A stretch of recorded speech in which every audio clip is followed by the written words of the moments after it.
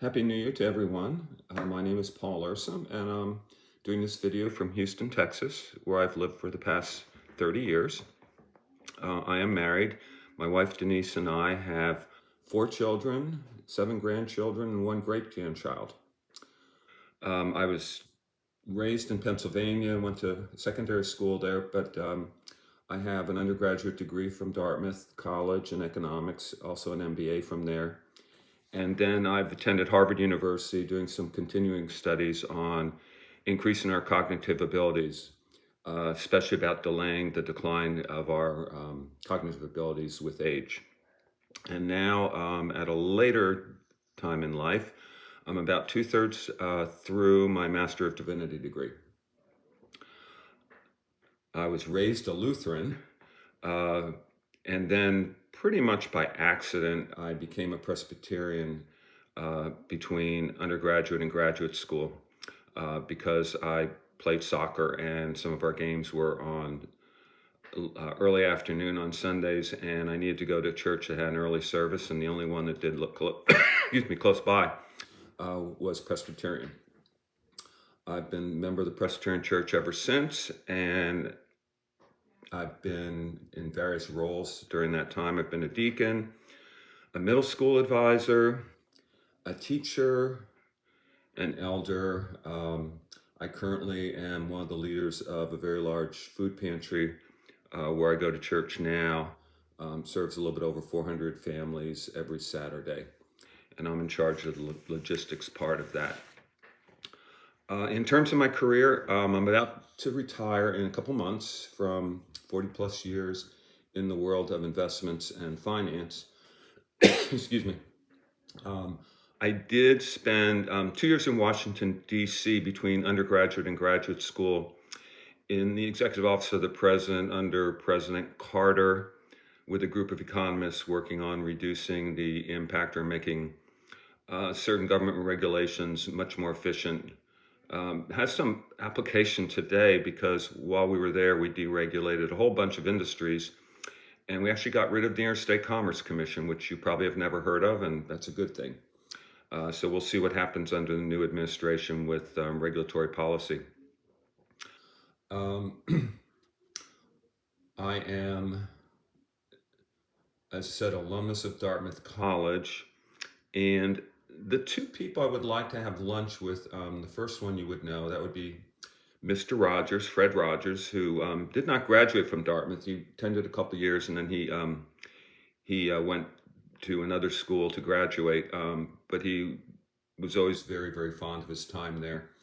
And he would just be a great person to sit down with, an amazing person.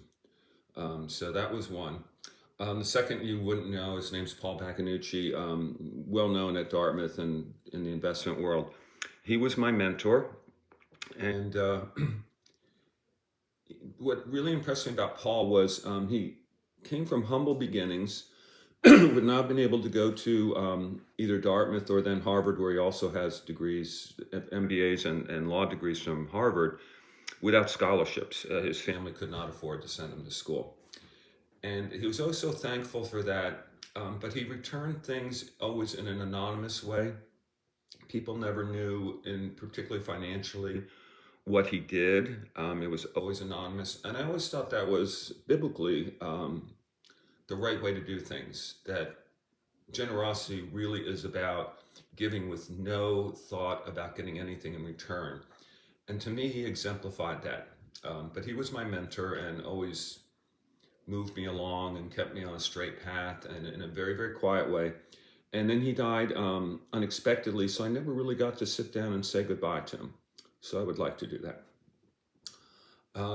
Two of my favorite books. The first one, you're probably aware of, The Cost of Discipleship by Dietrich Bonhoeffer. The second one that I really enjoy, particularly given my calling, is to deal with homelessness and food insecurity. Tattoos on the Heart by Father Gregory Boyle, who spent so much time working with gangs in the city of Los Angeles. And really the successes of that, but also the tragedy that comes with working with the disadvantaged. So those are my two favorite books that I've ever read. Um, if there's something I'm particular about, excuse me, it's something I would call openness, a willingness to listen to others and explore different things. So if someone's kind of stuck with what they're doing, all the same thing all the time, that would bother me. I seem to have found that openness and willing to at least listen just creates a whole new world, um, and it makes the world and people so interesting. So that's something I really like to do. We've done some of that just with the different ministries I've been involved with, and people I've met in my career, but also I've traveled all over the world. I've been to all the continents except we haven't been to Australia and New Zealand yet. And there are a couple places we'd like to still visit. But in our travels, we've generally not done touristy stuff. We've generally gone out into the country and been with, I'll just say, average people, how they live, what they think about. And it's really been a great thing to do that.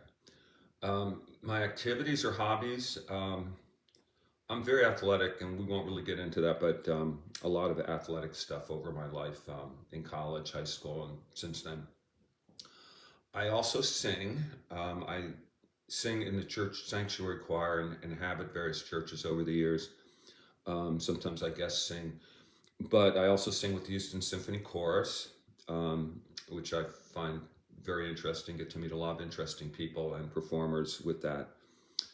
Um, I think that's about it for the video. I think I covered everything that you wanted. One other thing, my philosophy. So I was raised Lutheran, and since this is a course on creeds, um, I had to go through catechism in middle school in the Lutheran Church, which was just a thrill, not one of the highlights of my life, because we had to memorize the Nicene Creed, the Apostles' Creed, Lord's Prayer, some other things. But you also had to memorize what the Lutheran Church felt was the meaning of each word and sentence in there. So this course will be interesting for me, kind of review, because my basic philosophy in terms of religion, I'm not very particular about any one denomination having kind of a lock on what the right way to do things is. And so it'll be interesting for me to go through the creeds of the Presbyterian Church. And while I am Presbyterian, our church was one of the founders of ECO many years ago, which was really originally designed for large Presbyterian churches. And then years later, it became an avenue for some of the churches to split from PCUSA over different issues that hopefully will go away someday and we can all get back together. But that's it. I'm really looking forward to the course and also hearing and watching some of your videos.